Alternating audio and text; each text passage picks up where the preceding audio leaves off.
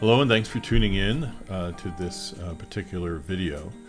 If you are here for the first time, this is actually day 42, so there are 41 other episodes that we've done.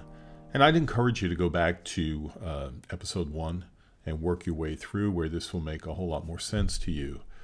Secondly, if you have been listening or watching through the book of John with me and others,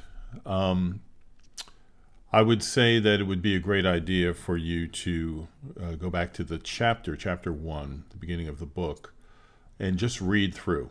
Read from chapter 1 through chapter 14, where we are right now.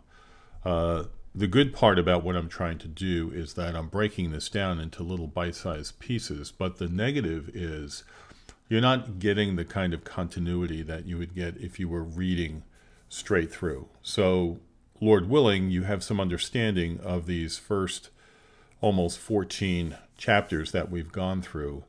And now to go back and read it with that understanding is going to be very, very different. And I think it's going to be great for you. So please consider that. Last thing, if you are going through the book of John with me, you might have a lot of other things going on in your life.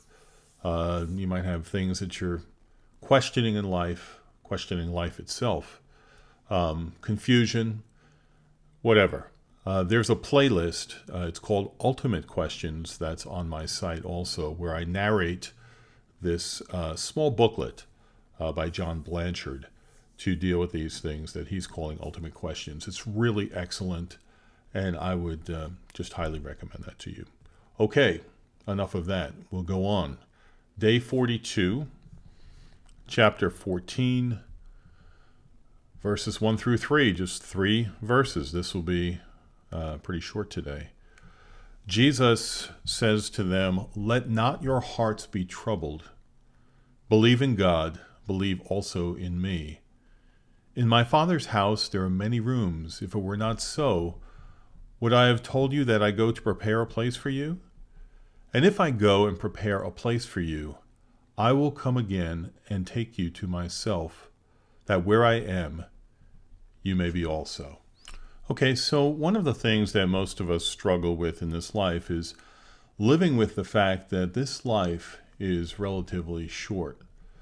It seems that we tend to push that fact down in our daily lives, and once in a while, maybe at a funeral, we hear people verbalize, "Life is short." The passage we're looking at today is a continuance of the supper that Jesus is having with his disciples.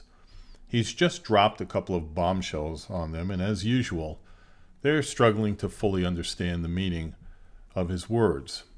He's told them that one of them is going to betray him, and that he's only going to be with them a short while longer. They have good reason to be troubled.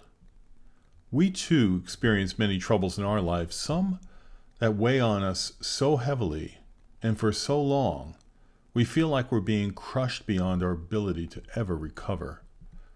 Our minds race to and fro, thinking about the situation and the sometimes complex possibilities that may come along as a result. Jesus understands the troubles of this world. He lived through them just like we did, and he can sympathize with everything that we face in this life. But he remained focused not just on this life, but even more so on the life to come. So he brings great comfort to his disciples when he says, "Let not your hearts be troubled." And why? Because this life is short, but the life to come is one that will last forever. And the Son of God is going back to heaven to prepare a place for all of those who believe in him. Can we trust Jesus that this is true? Well, if he's God, he's perfectly holy and cannot lie. So it is true. And part of believing in Jesus is to believe his promise that we have heard here. I can tell you from personal experience that believing in Jesus and all of his teachings has given me great comfort. Like everyone else, I can become anxious or very troubled over different things in my life. But knowing that Jesus is in control of all things, no matter what happens, he will bring good out of it, And that brings me peace. Jesus also says that he will come again and receive us to himself, so that where I am, there you may be also. It's wonderful to know that the believers in Jesus will actually be in his presence for all eternity. I cannot even imagine how awesome this is going to be. So let's wrap it up. Life is short, and often there are a lot of hard things that we have to deal with.